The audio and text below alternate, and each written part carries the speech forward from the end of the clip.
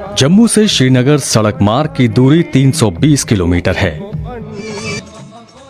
ये जम्मू से 65 किलोमीटर की दूरी पर है।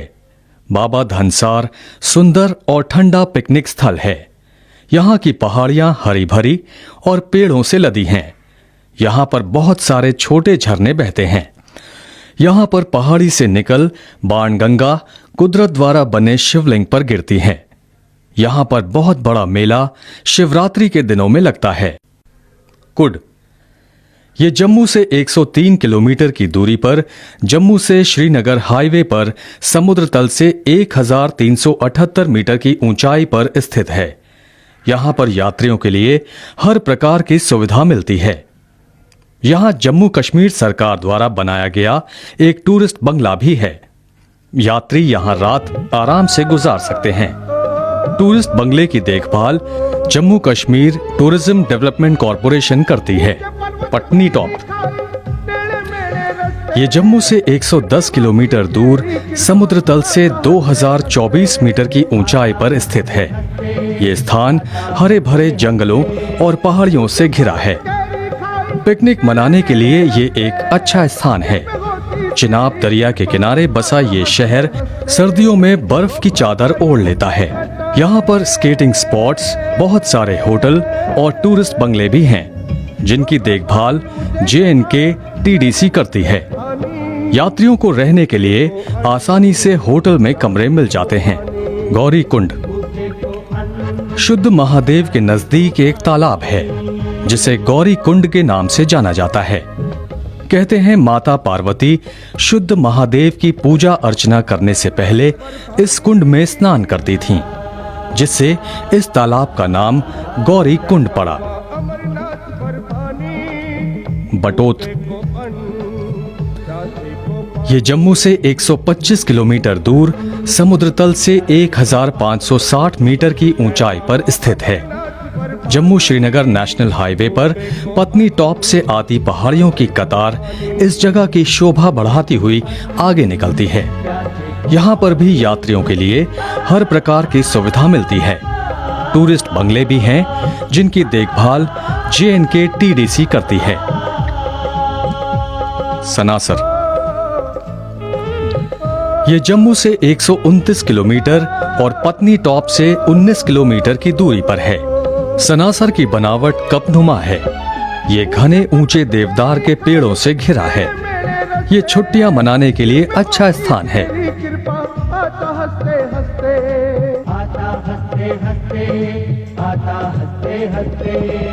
ऊंचे पर्वत गहरी खाई टेढ़े मेढ़े रास्ते, जिन पे होती तेरी कृपा आता हंसते हंसते। रोक न पाई मुझे घटाए, रोक न पाई मुझे घटाए। मैंने मन में ठानी भूखे को अन्न प्यासे को पानी, भूखे को अन्न प्यासे को पानी।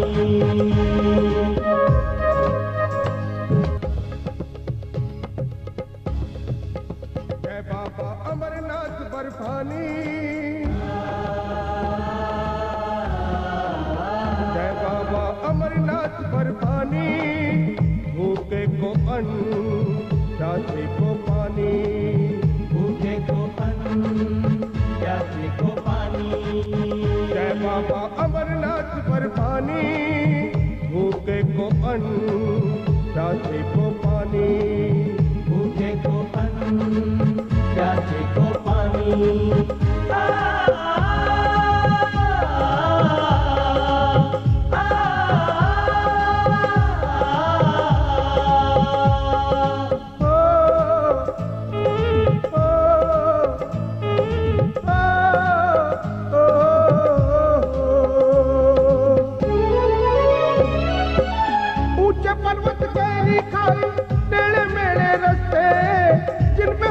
तेरी कृपा आता हंसते हंसते, आता हंसते हंसते, आता हंसते हंसते।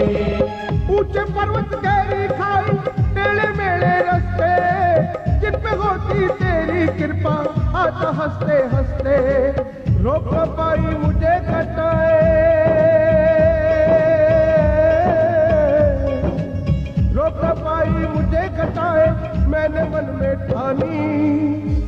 भूखे को अन्न, प्यासे को पानी। काफी समय पहले श्रीनगर से अमरनाथ की यात्रा पैदल हुआ करती थी और इस मार्ग के मध्य में पड़ने वाले अनंतनाग हिंदू धर्म में पूजनीय स्थान है। पहलगांव। इस मार्ग के मध्य में अनंतनाग है, जो कि हिंदू धर्म में पूजनीय स्थान है। अमरनाथ यात्रा के लिए यात्री बस या मोटर द्वारा पहलगांव आते हैं। पहलगांव श्रीनगर से 56 किलोमीटर दूर और समुद्र तल से 7,200 फीट की ऊंचाई पर स्थित है। दोस्तों, अमरनाथ यात्रा के लिए यात्री श्रीनगर से पहलगांव आते हैं। श्रीनगर से पहलगांव की कुल दूरी है 56 किलोमीटर और ये समुद्र तल से 7200 फीट की ऊंचाई पर स्थित है। दोस्तों, पहलगांव बेहद ही खूबसूरत स्थान है और यहाँ पर बहने वाली लिडर नदी इसकी खूबसूरती में चार लगा देती है। पहलगांव चारों ओर से ऊंची ऊंची पहाड़ियों से घिरा हुआ है, इसलिए इस स्थान पर अधिक ठंड भी पड़ती है। पहलगांव अपनी सुंदरता के लिए प्रसिद्ध है। लिडर नदी पहलगांव की सुंदरता में 4 चांद लगा देती है। पहलगांव में चारों ओर ऊंचे पर्वत हैं, इसलिए यहाँ पर सर्दी भी अधिक पड़ती है। यात्री पहलगांव में यात्रा अधिकारी द्वारा अपना पंजीकरण अवश्य करा लें। यात्रियों के लिए पहलगांव में ठहरने, खाने पीने की अच्छी व्यवस्था है। कुछ यात्री तंबुओं में भी ठहरते हैं। यहाँ से अमरनाथ पवित्र गुफा की दूरी 28 मील अर्थात 46 किलोमीटर के करीब है। ये मार्ग पैदल, घोड़े या पालकी से पार करना पड़ता है। हिम प्रदेशीय यात्रा में अमरनाथ की यात्रा सुगम और सबसे छोटी है। इस यात्रा के लिए किसी प्रकार की विशेष तैयारी और व्यवस्था की आवश्यकता नहीं होती है। जाड़े के मौसम में पहनने के लिए ऊनी कपड़े, हाथ पांव ढकने के लिए जुराब दस्ताने, ऊनी टोपी, गुलबंद, एक छड़ी, एक कंबल, कुछ खटाई, आलू बुखारे, बरसाती, टॉर्च साथ में ले लें। आप अपनी जरूरत का सामान पहलगांव में भी खरीद सकते हैं। यात्री पहलगांव में यात्रा अधिकारी द्वारा अपना रजिस्ट्रेशन जरूर करा लें। पहलगांव में यात्रियों के लिए खाने और ठहरने की बहुत ही अच्छी व्यवस्था है। कुछ यात्री यहाँ पर तंबुओं में भी ठहरते हैं। दोस्तों, पहलगांव से अमरनाथ की पवित्र गुफा की कुल दूरी है 28 मील यानी कि करीब 46 या 47 किलोमीटर और यहाँ से अमरनाथ की गुफा तक जाया जा सकता है पैदल या फिर घोड़ा पालकी के द्वारा।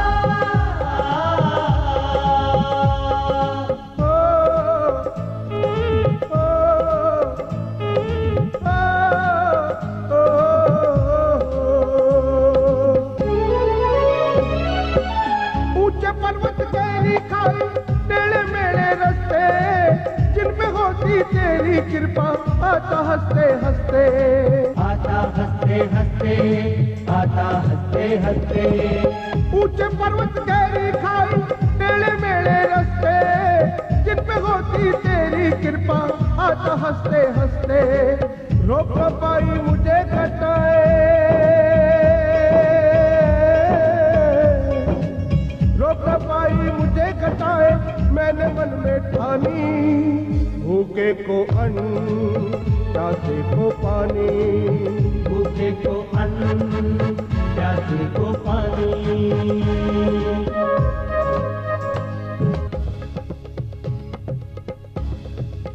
जय बाबा अमरनाथ बर्फानी, जय बाबा अमरनाथ बर्फानी। भूखे को अन्न, प्यासे को पानी, भूखे को अन्न, प्यासे को पानी। जय बाबा अमरनाथ बर्फानी, भूखे को अन्न, प्यासे को पानी, भूखे को अन्न, प्यासे को पानी।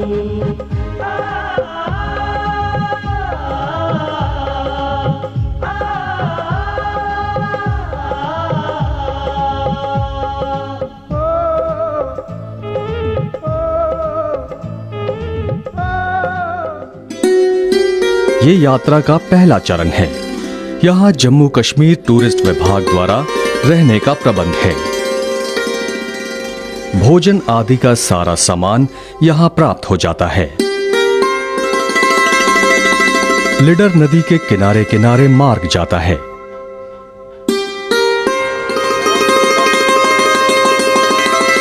इसके बाद जोजीबल नाम के चारागाह से यात्रा मार्ग गुजरता है और आगे शेषनाग की ओर बढ़ता है। सारे मार्ग पर बहुत सी समाज सेवी संस्थाएं निशुल्क भंडारे व ठहरने की व्यवस्था करती हैं।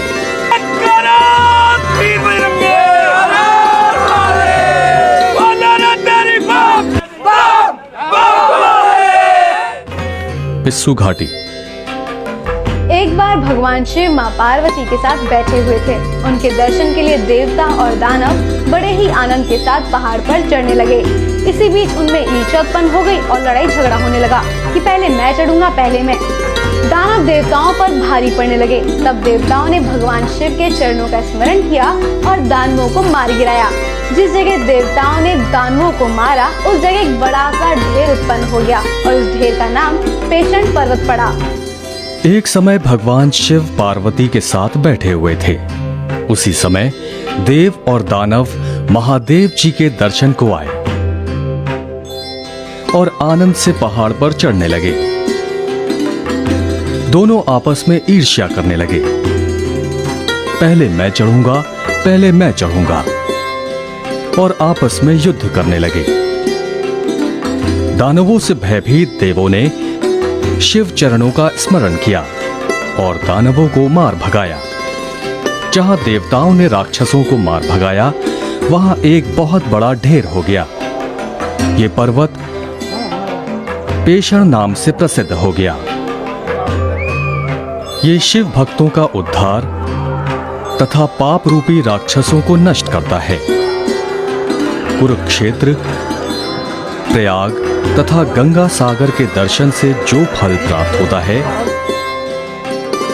वो फल इस पर्वत के दर्शन मात्र से प्राप्त हो जाता है। जो मनुष्य श्री पशुपति कंठ मंत्र का जाप करता हुआ पर्वत पर चढ़ता है वो ब्रह्मलोक प्राप्त कर लेता है। इस पर्वत के दर्शन से भूत प्रेत, पिशाच, डाकिनी, शोकनी आदि समस्त भय नष्ट हो जाते हैं। जो मनुष्य श्रद्धा और भक्ति से इस घाटी को नमस्कार करता है वो मुक्त हो जाता है। पूर्ण मंत्र श्री श्री श्री शिति कंठेश।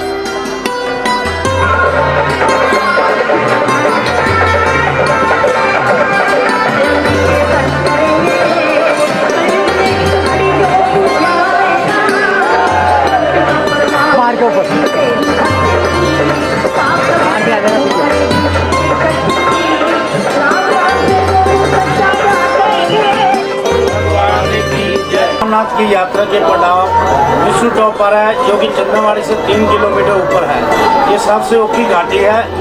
1995 से पहले यहाँ पर ना पानी था ना कुछ खाने पीने को था। तब ये हमारे मन में प्रेरणा जागी थी कि इस जगह पर भंडारा होना चाहिए, जबकि नीचे चंदनवाड़ी, पहलगाम बहुत भंडारे होते हैं। विष्णु टॉप पे कुछ भी नहीं था। तो 1995 में हमने पहली बार यहाँ भंडारा लगाया था। तो हमें भी ये नहीं ध्यान था कि यहाँ पर पानी की बहुत समस्या होगी। जैसे हमने यहाँ भंडारा लगाया तो यहाँ के 3 किलोमीटर दूर से हमने पाइप के थ्रू पानी लाते हैं। 1995 से हम सरकार को लिखते आ रहे हैं कि यहाँ पर पानी की बहुत दिक्कत है, टॉयलेट की लेडीज़ के लिए बहुत दिक्कत है, बिजली की बहुत दिक्कत है, पर अभी तक कोई व्यवस्था नहीं की। तो सरकार ने अगर पंजीकरण व्यवस्था अच्छी करी है, भंडारे वालों को परमिशन देने की व्यवस्था करी है और भी सुविधा दी है, तो इस पटाव पे पानी की, बिजली की और लेडीज टॉयलेट की बहुत दिक्कत है। इसकी व्यवस्था प्रबंध कराया जाना चाहिए ताकि यात्रियों को यहाँ थोड़ी बहुत सुविधा बनाने चाहिए और भी ज़्यादा सुविधा मिलेगी। और यहाँ घोड़े वालों की तो अब थोड़ा कुछ ठीक हुआ है, लेकिन यात्रियों की एक ही परेशानी है कि ये जो पंजीकरण है वो खत्म किया जाए। अभी सरकार को पता है कि 2 लाख यात्री आते हैं, फिर 75,000 पंजीकरण का क्या मतलब। पिछले साल भी 1.5 लाख यात्री थे और इस साल भी 2 लाख से ऊपर यात्री हो गए। इसलिए मेरी सरकार से बेनती है कि ये पंजीकरण नाम की चीज़ खत्म कर दी जाए, ताकि जितने ज़्यादा भोले बाबा के यात्री दर्शन के अभिलाषी है वो सारे ज़्यादा यात्री अपना दर्शन कर सकें। शेषनाग। ये चंदनवाड़ी से 13 किलोमीटर दूर और समुद्र तल से 11,730 फीट की ऊंचाई पर है।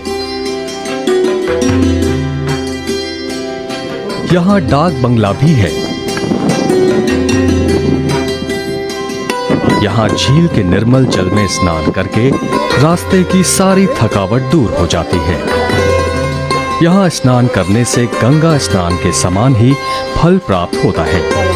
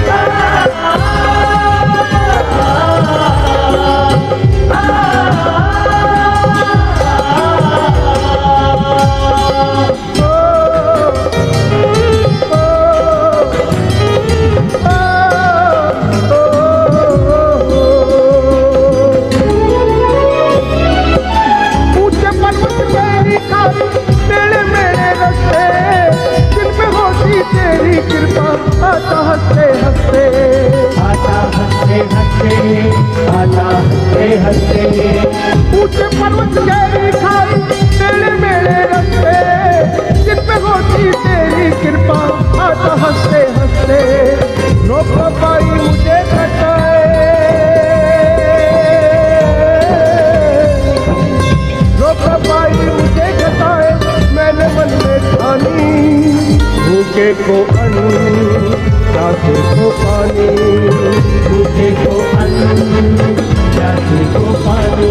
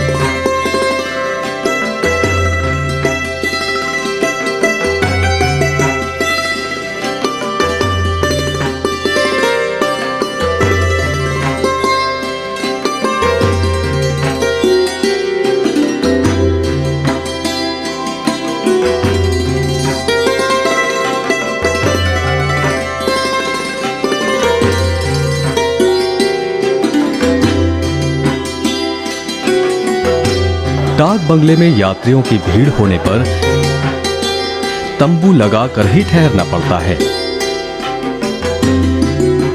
तंबू टूरिज्म विभाग द्वारा उपलब्ध हैं।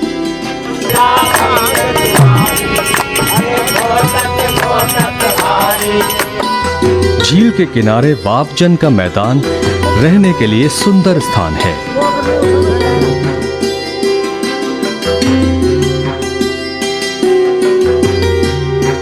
शेषनाग झील का सौंदर्य भी अद्भुत है।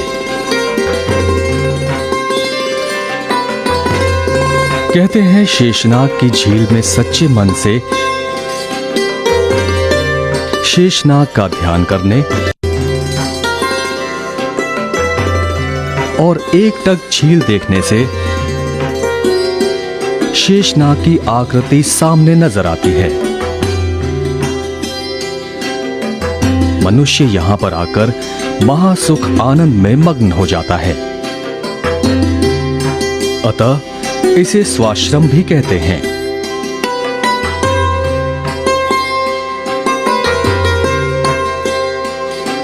तथा नागराज और शेषनाग भी। शेषनाग की कृपा से देवताओं ने सुख पाया था।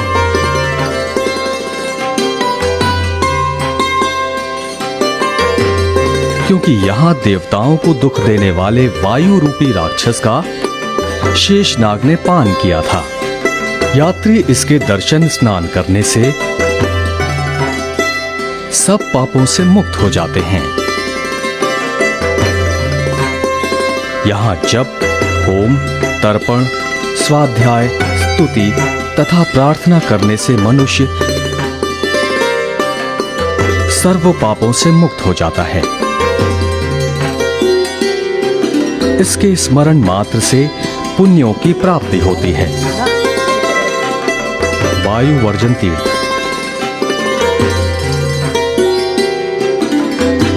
जब देवताओं ने राक्षसों को मारा तब प्रणतथ नाम का दैत्य वायु में मिलकर मुनि और देवताओं को दुख देने लगा।